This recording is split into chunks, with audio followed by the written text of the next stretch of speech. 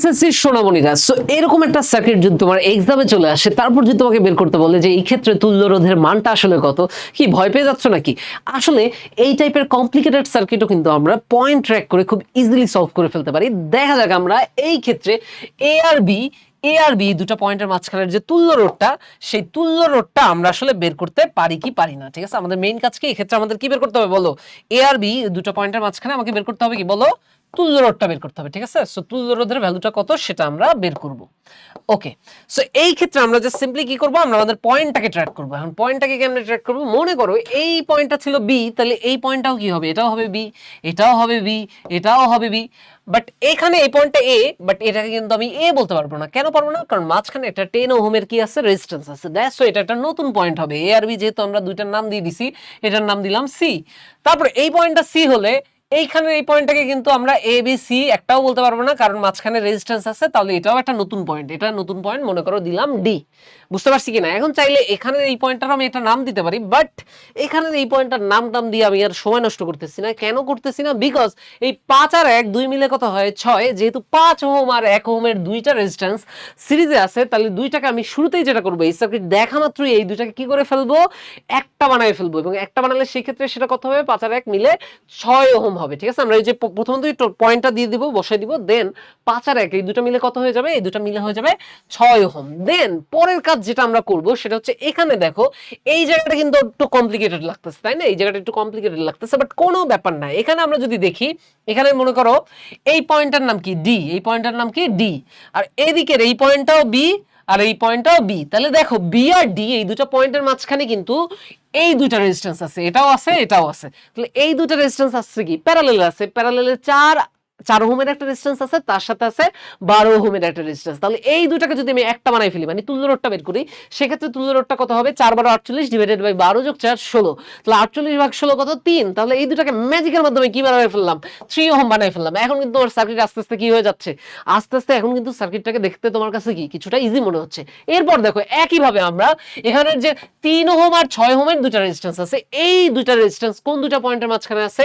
একদিকে আমরা দেখতে পাচ্ছি বি, একদিকে দেখতে পাচ্ছি বি পয়েন্ট, আর একদিকে কি পয়েন্ট? C point. তাহলে বি আর সি এই দুই বিন্দুর মাঝখানে আছে কিন্তু তোমার 3 ওহম আর 6 ওহম এই দুই রেজিস্ট্যান্স। তাহলে যেহেতু এরাও তাহলে কি আছে? প্যারালালে আছে, তাহলে এই দুটোকে আমি এক বানাই ফেলতে পারবো। একটার মান হচ্ছে 6 আর একটার মান 3। তাহলে সেই ক্ষেত্রে আমার তুল্য রোধটা কি হবে? 3 6 18 ডিভাইডেড বাই 6 3 9। 18 বাই 9 কত? 2। তাহলে এই দুটোকে আমি এক বানায় ফেলতে পারি, মানে দুটোকে একটা বানায় ফেললে, দুইটাকে একটা বানায় ফেললে সেই ক্ষেত্রে তুল্য রোধটা কত হবে? সেক্ষেত্রে কিন্তু তুল্য রোধটা হবে জাস্ট 2 ওহম। তাহলে আমি 2 ওহম বানায় ফেললাম। দেখো যে কি সার্কিটকে আমরা কি বানায় ফেললাম। এখন কিন্তু এই সার্কিট সলভ করা তোমরা যে কেউ করতে পারবা, খুবই ইজি। আমরা পরের স্টেপে যেটা করতে পারি, পরের স্টেপে আমরা এই যে এই দুটো আছে, দেখো এই যে দুটো আছে, ঠিক আছে? পরের স্টেপে আমি ওই সেম সার্কিটটাকে এখানে আবার নতুন করে একই একই জিনিসই ড্র করা আছে। পরের স্টেপে যেটা করব আমরা, এই যে 3 আর 6 এই দুটো কিসে আছে? প্যারালাল আছে। তাহলে প্যারালালে থাকলে এই দুটাকে যদি আমি এক করে ফেলি, 3 6 18 ডিভাইডেড বাই 6 3 9, 18 বাই 9 2 ওহম। তাহলে এটা হবে 2 ওহম। এই দুটো মিলাই কি হবে? 2 ওহম। এই দুটো মিলাই যদি 2 ওহম হয়, তার সাথে 2 ওহম যদি হয়, তার সাথে আবার এই 1 ওহম আছে কিসে? সিরিজে আছে, তাই না? তাহলে 2 এর 1 3।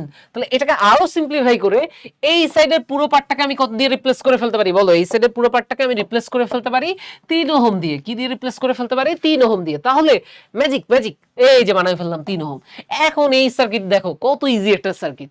এবার জাস্ট আমি সিম্পলি চিন্তা করতে পারি 3 আর 2 প্যারালাল আছে, তাহলে তুল্য রোধটা কি হবে? এই দুটোকে যদি এক করে ফেলি, তুল্য রোধটা কি হবে বলো? তুল্য রোধটা হবে 3 2 6 ডিভাইডেড বাই 3 2 5, 6 বাই 5 1.2 ওহম। তাহলে এই 1.2 ওহম, এই 1.2 ওহম এটা কিন্তু এই 10 ওহমের সাথে কিসে আছে? সিরিজে আছে। তাহলে আমার তুল্য রোধটা ফাইনালি আমরা কত পাবো? 10 ওহম প্লাস 1.2 ওহম, তার মানে 11.2 ওহম। তাহলে এই ক্ষেত্রে আমার তুল্য রোধের মানটা কত আসবে? 11.2 ওহম। দেখলা যে কত কমপ্লিকেটেড একটা সার্কিট, কি সার্কিট ছিল, তাই না? সার্কিটটা দেখতে কিন্তু ছিল মেইনলি কিরকম? এরকম ছিল, তাই না? এই এত কমপ্লিকেটেড একটা সার্কিটকে আমরা স্টেপ বাই স্টেপ প্রথমে যে কাজটা করব, এটার পয়েন্টগুলোকে আমি বসায় ফেললাম, ঠিক আছে? পয়েন্টগুলোর নাম দিয়ে দিলাম। দেন পয়েন্টগুলোকে ট্র্যাক করে কোনটা কোনটা প্যারালাল আছে এটা আমার বুঝতে হবে, কোনটা কোনটা সিরিজে আছে। তো আমরা সিম্পলিফাই করতে করতে কিন্তু এত কমপ্লেক্স একটা সার্কিটকে আমরা ফাইনালি একদম ইজি একটা ফর্মে নিয়ে আসলাম। সো যখনই তোমার কাছে কোনো একটা সার্কিট সলভিং এর প্রবলেম থাকবে বা তুল্য রোধ জানতে চাইবে, তখন তোমারও কাজ হবে সিমিলার। জাস্ট পয়েন্টগুলোকে ট্র্যাক করবা, দেন যেগুলো সিরিজ আছে এক করে ফেলবা, যোগ করে ফেলবা, আর তারপর খুঁজে বের করতে হবে কোনগুলো প্যারালাল আছে। তারপর আস্তে আস্তে সিম্পলিফাই করতে করতে স্টেপ বাই স্টেপ তোমার যত বড় ঝাঁকানাকা সার্কিট হোক না কেন, তুমি কিন্তু খুব ইজিলি সেটাকে সলভ করে ফেলতে পারবা। Thank you.